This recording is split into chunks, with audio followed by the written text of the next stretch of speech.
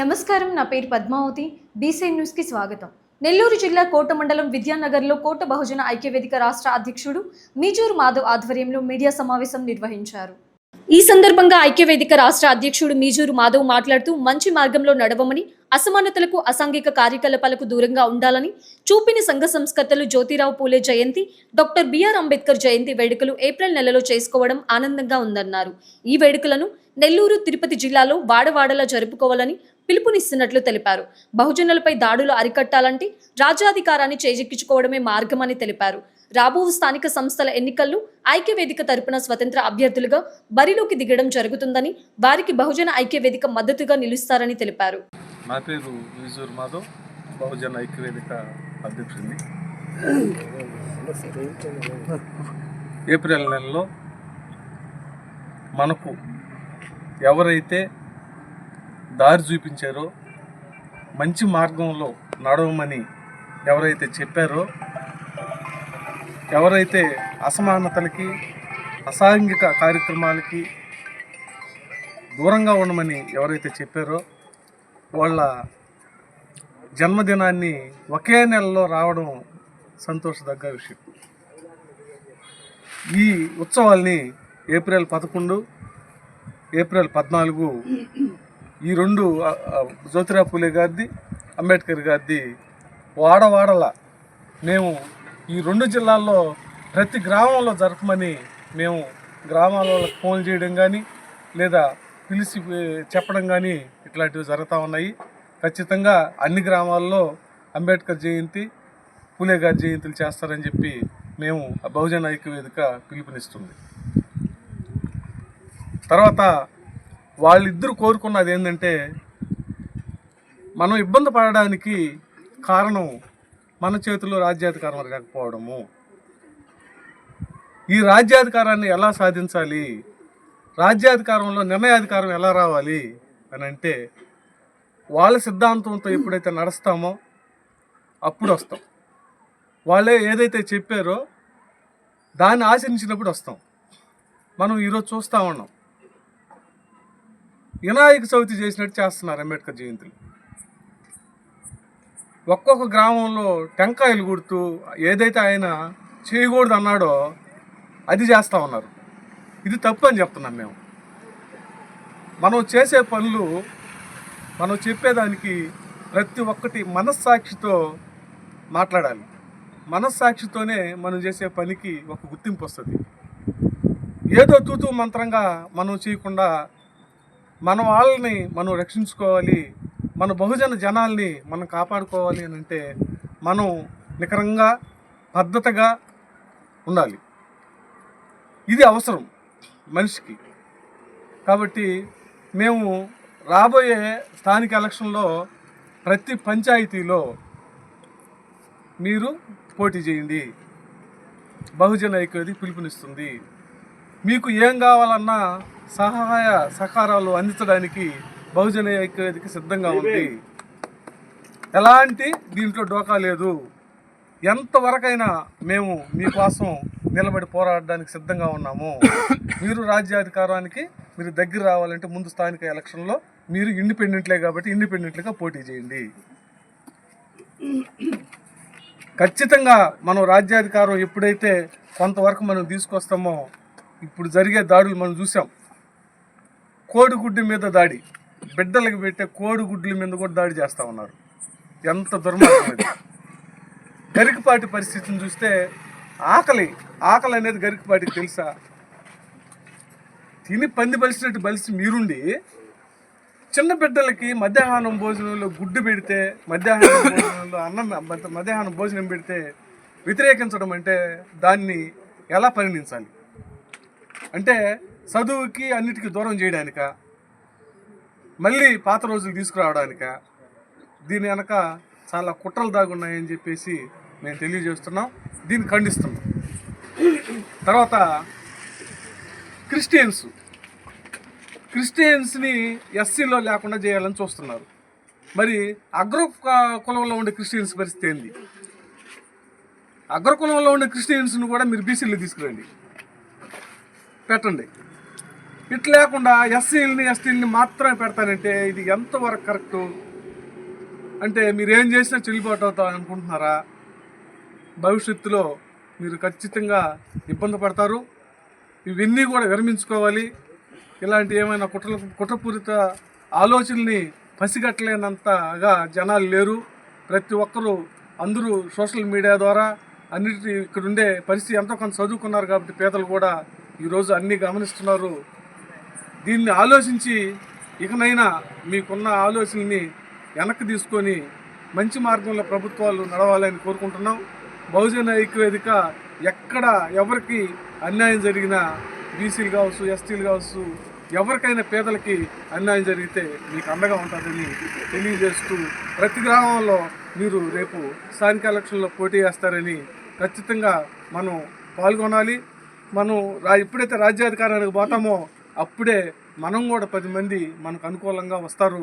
వాళ్ళ ద్వారా మన మీద దాడులు జరగకుండా కూడా ఆగడానికి అవకాశాలు ఉన్నాయి. కాబట్టి దయచేసి అర్థం చేసుకొని రేపు స్థానిక ఎలక్షన్లో మీరు అందరూ పోటీ చేస్తారని కోరుకుంటూ. తిరుపతి జిల్లా పెళ్లకూరు మండలం చిల్లకూరు గ్రామంలోని మాజీ ఎన్డీసీసీబీ చైర్మన్ కామిరెడ్డి సత్యనారాయణ రెడ్డి కుటుంబ సభ్యులను నెల్లూరు జిల్లా వైఎస్ఆర్సీపీ అధ్యక్షులు కాకాని గోవర్ధన్ రెడ్డి, మాజీ ఎమ్మెల్యే సంజీవయ్య, వైఎస్ఆర్సీపీ నాయకులు, కార్యకర్తలు పరామర్శించారు. ఈ సందర్భంగా వారు మాట్లాడుతూ కూటమి ప్రభుత్వం ప్రశ్నించే వారిపై అక్రమ కేసులను బనాయిస్తూ వైఎస్ఆర్సీపీ నాయకులు నోరు నొక్కే ప్రయత్నం చేస్తోందని, దీనికి పోలీసు అధికారులు సహాయపడుతున్నారని వారు తెలియజేశారు. కూటమి ప్రభుత్వం జీవితాంతం అధికారంలో ఉండదని, తమకే అధికారం రాగానే ఖచ్చితంగా ఇప్పటి అధికారులపై చర్యలు ఉంటాయని, ఎట్టి పరిస్థితుల్లో ఎవరిని విడిచిపెట్టేది లేదని వారు తెలియజేశారు.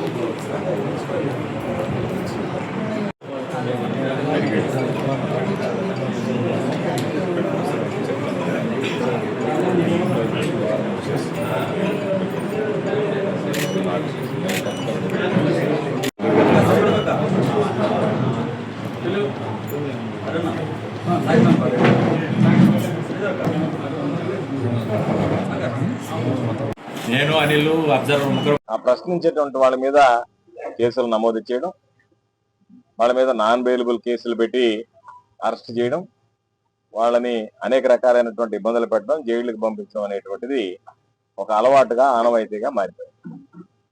అందులో భాగంగా ఈరోజు జిల్లా కేంద్ర సహకార బ్యాంక్ అధ్యక్షుడిగా పనిచేసి సీనియర్ వైఎస్ఆర్ కాంగ్రెస్ పార్టీకి సంబంధించినటువంటి సీనియర్ నాయకుడైనటువంటి కామిరెడ్డి సత్యనారాయణ రెడ్డి గారి మీద లేనిపోయినటువంటి సెక్షన్లన్నీ నమోదు చేసి ఈరోజు ఆయన్ని అరెస్ట్ చేసి జైలుకి పంపించడం జరిగింది. పోలీసులు ఏ విధంగా తయారయ్యారంటే, ఉన్నటువంటి కేసు రాసి సెక్షన్లో నమోదు చేసేటువంటి ఆనవాయితీ ఉండదు. అయ్యా ఇదిగో ఇది జరిగింది అంటే దాన్ని బట్టి విచారణకి దాన్ని ఫిర్యాదు తీసుకున్న తర్వాత ఆ ఫిర్యాదుని ఒకసారి పరిశీలించి ఏ సెక్షన్ల కింద నమోదు చేయాలనేటువంటి ఆలోచన ఉండేది. ఇప్పుడు మరి ఈ ఎస్ఐలు, సిఐలు ఏ విధంగా తయారైపోయారంటే, పాపం కూటమి ప్రభుత్వమే శాశ్వతంగా ఉంటుంది, వీళ్ళే వాళ్ళని ఎల్లకాలం రక్షిస్తారు కాబట్టి మాకు కూటమి ప్రభుత్వం ఉంటేనే మాకు మనుగడ అన్నట్టుగా తయారయ్యి, కూటమి ప్రభుత్వం ఉంది కాబట్టి మాకు ఢోకా లేదన్నట్టుగా భావించి ఏ విధంగా వీళ్ళ మీద నాన్ బెయిలబుల్ కేసులు పెట్టాలి, అక్రమంగా కేసులు బనాయించాలి, జైలుకు పంపించాలి అనేటువంటి దాని మీద పోలీసు వ్యవస్థలో ఎప్పుడు వినలేదు. జరగకూడనటువంటి పనులు వాటిని బట్టి వాటి మీద కేసు నమోదు చేసి వెంటనే మ్యాజిస్ట్రేట్ ముందు హాజరుపరచడం, వాస్తవంగా న్యాయస్థానం 10 ఏళ్ల శిక్ష పడేటువంటి సెక్షన్లు ఉన్నాయి కాబట్టి రిమాండ్ ఇచ్చేటువంటి పరిస్థితి. చెప్పాం, మీరు ఎన్ని రకాలుగా మాట్లాడినా మేము ప్రశ్నిస్తూనే ఉంటాం. మీరు ఎంత అణగదొక్కాలనే ప్రయత్నం చేసినా మేము మిమ్మల్ని ప్రశ్నించే దాంట్లో ఆగం. రేపు చూడండి, సత్యనారాయణ రెడ్డి మరలా తిరిగి వస్తే ఈరోజు మీరు సంబరాలు చేసుకుంటున్నారేమో, చంకలు గుద్దుకుంటున్నారేమో, అబ్బా జైల్లో పెట్టించాము. దాని వెనక ఆయన వచ్చేటువంటి రేపు ఆలోచన వస్తే భారీ ఏముంది, ఆ ప్రభుత్వం వస్తే మమ్మల్ని మహా అంటే సస్పెండ్ చేస్తారో, ఎవరో ఒకరిని కాళ్ళ గడుపులు పట్టుకొని మరలా మేము అక్కడికే ఉద్యోగంలోకి ఎక్కడో దగ్గర తెచ్చుకుంటామని చెప్పి నేను చెబుతున్నా. ఈరోజు ఈ జిల్లా అధ్యక్షుడిగా చెప్తున్నా, జగనన్న సైనికుడిగా చెప్తున్నా, ఆయన మనసరికి చెప్తున్నా, ఆయన మనసులో ఉన్న భావం మాట చెప్తున్నా. అధికారులు అటువంటి భావం నుంచి దూరం జరగండి. పోయినసారి మేము వదిలేసినటువంటి మాట వాస్తవమే. మాకు కక్ష సాధింపు గుణం లేదు కాబట్టి, సంజీవయ్య కూడా అలవాటు లేదు కాబట్టి, పోయినసారి ఎవరన్నా తప్పు చేసినా వాళ్ళని పెద్ద మనసుతో క్షమించి వదిలిపెట్టాం. ఈసారి మేము ఈ అధికారుల మీద పెద్ద మనసు చూపించేటువంటి పరిస్థితి ఉండదు. మేము అయితే భయపడ్డారో మావి గన్ అంటే వణికిపోతున్నారు. ప్రముఖ పారిశ్రామికవేత్త సీనియర్ తెలుగుదేశం పార్టీ నాయకుడు కొండేపాటి గంగా ప్రసాద్ జన్మదిన వేడుకలు సూళ్లూరుపేట, గూడూరు పట్టణాల్లో ఘనంగా నిర్వహించారు. గూడూరు పట్టణంలోని ఎమ్మెల్యే క్యాంపు కార్యాలయంలో ఎమ్మెల్యే డాక్టర్ పాసం సునీల్ కుమార్ ఆధ్వర్యంలో కేక్ కట్ చేసి జన్మదిన శుభాకాంక్షలు తెలిపారు. అలాగే సూళ్లూరుపేటలోని గంగా ప్రసాద్ నివాసానికి చేరుకున్న కోటమండల టీడీపీ నాయకులు పలగాటి భాస్కర్ రెడ్డి, షేక్ జలీల్ అహ్మద్, మధు యాదవ్, వాకాడు మార్కెటింగ్ చైర్పర్సన్ మర్రి ప్రమీల, పాదర్తి కోటారెడ్డి, జరుగుమల్లి కోటేశ్వరరావు హాజరై గంగా ప్రసాద్ కు శాలువా కప్పి పుష్పగుచ్చం అందజేసి సత్కరించారు. అనంతరం మాట్లాడుతూ గంగా ప్రసాద్ నిండు నూరేళ్లు ఆయుర ఆరోగ్యాలతో సుఖ సంతోషాలతో జీవించాలని ఆకాంక్షించారు. భవిష్యత్తులో మరిన్ని ఉన్నత పదవులు అధిరోహించి ప్రజాసేవలో ముందుండాలని అభినందించారు.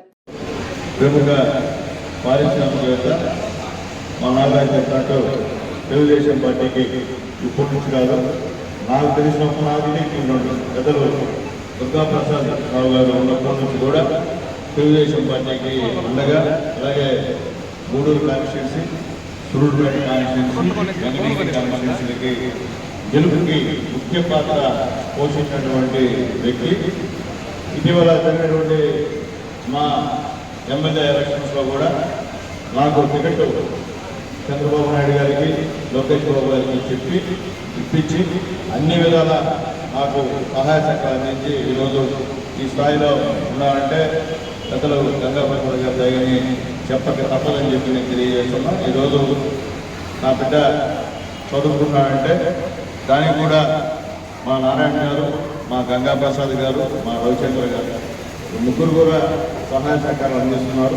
అలాగే ఈరోజు కూడా నా బిడ్డకి పూర్తి బాధ్యత తీసుకున్నటువంటి మా దైవం మా గంగా ప్రసాద్ గారికి జన్మదిన శుభాకాంక్షలు తెలియజేస్తూ, ఈరోజు మనం ఓడిపోయినా మనం ఇదే పాఠ్యాంశంలో ఈ విధంగా ఇంత పెద్ద పాఠ్యాంశం గూడూరు నడిబొడ్డు ఉన్నామంటే అది గంగా ప్రసాద్ గారి సహాయ సహకారాలు లేదా రవిచంద్ర గారి సహాయ సహకారాన్ని చెప్తున్నా.